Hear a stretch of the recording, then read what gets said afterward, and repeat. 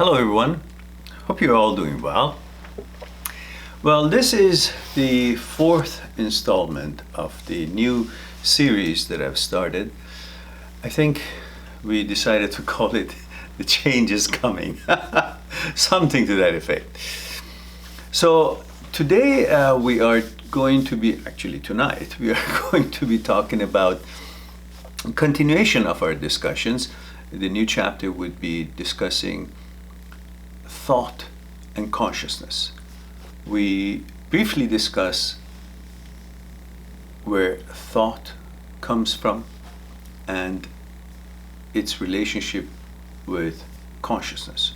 So, in other words, where does thought come from? Where does how consciousness is put together? So, on that note, let's begin. For that, perhaps we need to travel in time, go somewhere maybe thousands of years ago, when the caveman just started coming out of the cave. First thing he had to do, shave, I guess. But let's just use that and see if we can make sense out of how thought is born and where does it come from. So, in order to understand that, we must at the same time understand what consciousness is all about. How is that formed? So let's say the caveman comes out, this elusive caveman comes out and is, I guess it's hungry. It's just beginning of his understanding that he can understand things, or he has some kind of intelligence.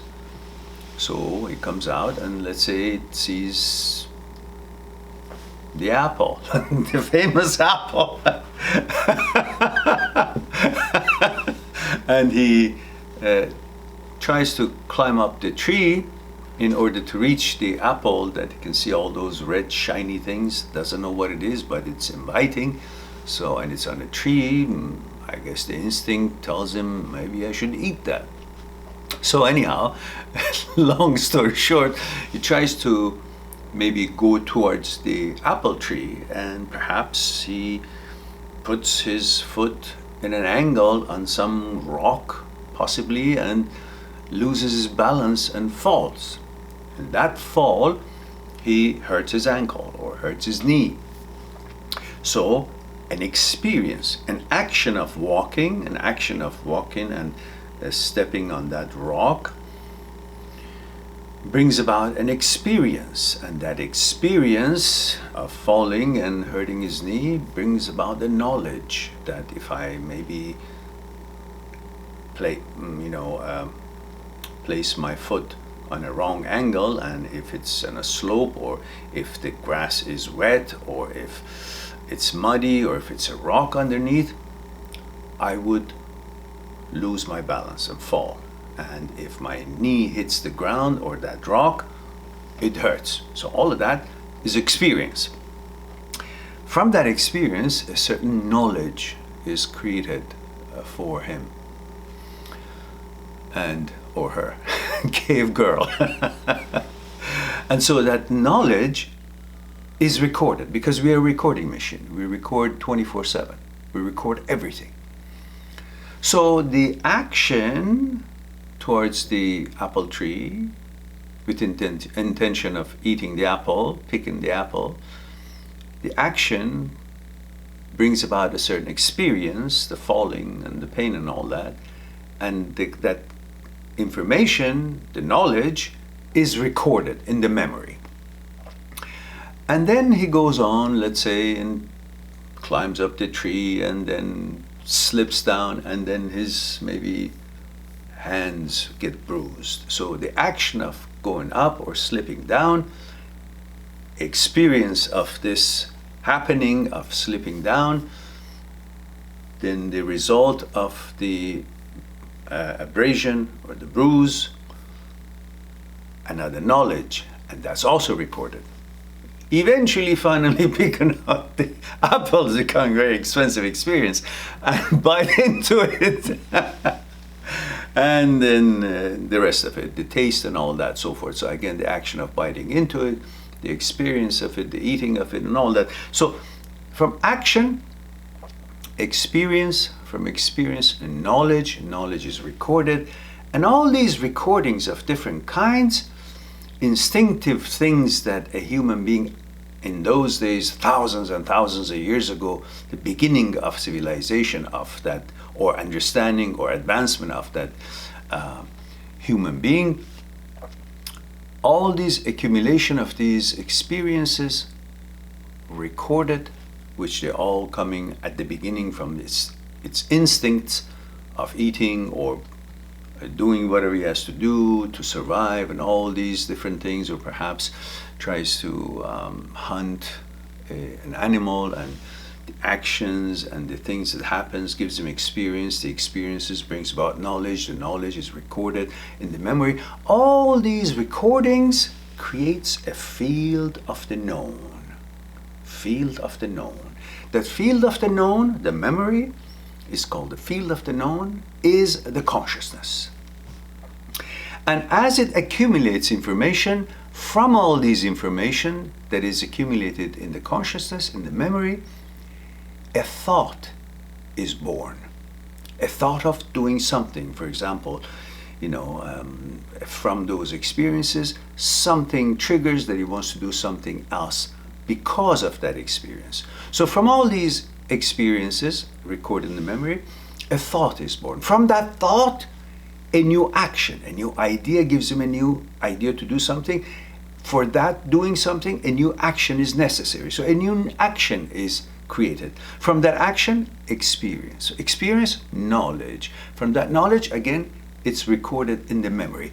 And so collectively, the relationship between these new thought being born from all these collective information, action, experience, knowledge, and knowledge is recorded again. Constantly, this field of the known is growing, and the consciousness is growing. The relationship between thought and consciousness is very similar to the relationship between a library and books in it.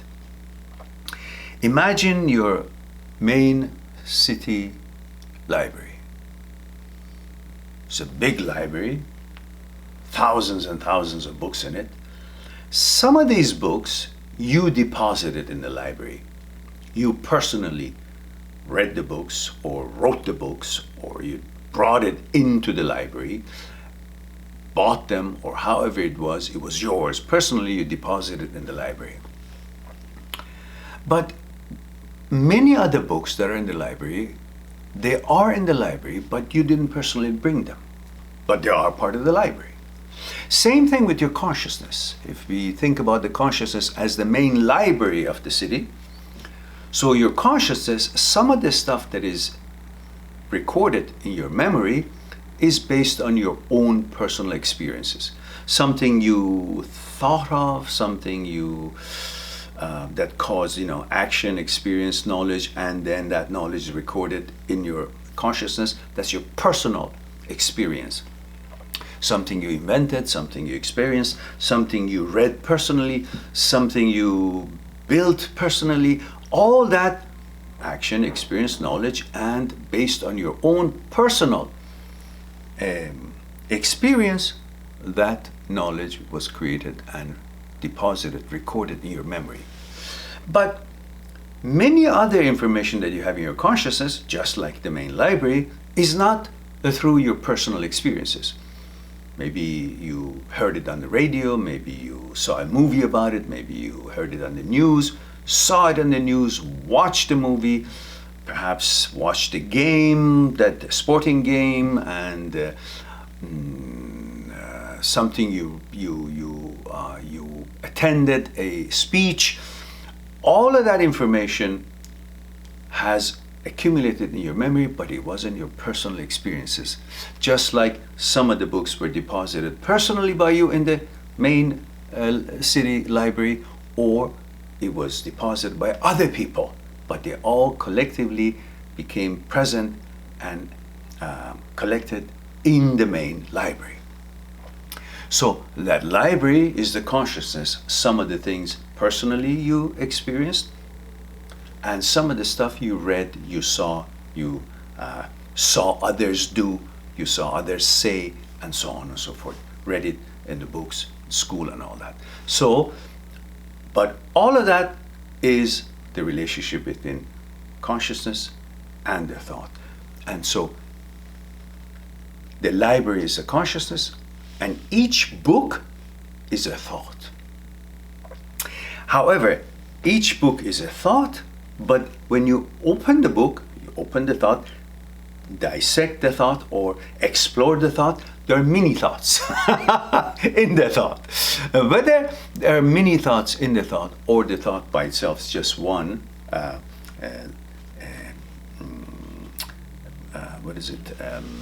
one thought of origin is yours, they still need the consciousness to interpret. The information in the consciousness is necessary to be interpreting all that what it is in that book, which is representing a thought. Now, all thoughts are coming from the consciousness, but sometimes you may get a flash of thoughts like Nikola Tesla did. But even the flash of thoughts that may not be based on the actual information collected in the consciousness still needs the information in the consciousness to interpret that. Because let's say if Nikola Tesla saw the reaction of, I don't know, sunlight and so on and came up with an idea, still needed the understanding of what sun is and the heat and all that, which was recorded as knowledge in his consciousness in order to be able to interpret that idea. So now we understand the library being the consciousness, the books being the thoughts, and the relationship between thoughts and the consciousness is the relationship, just like the books and the library. And of course, every book being a thought, but every book that is open, there's so many things in that thought that has created that thought, which is called the many thoughts, the fragments of the books, the fragments of the thought. But still, we need the consciousness to interpret them.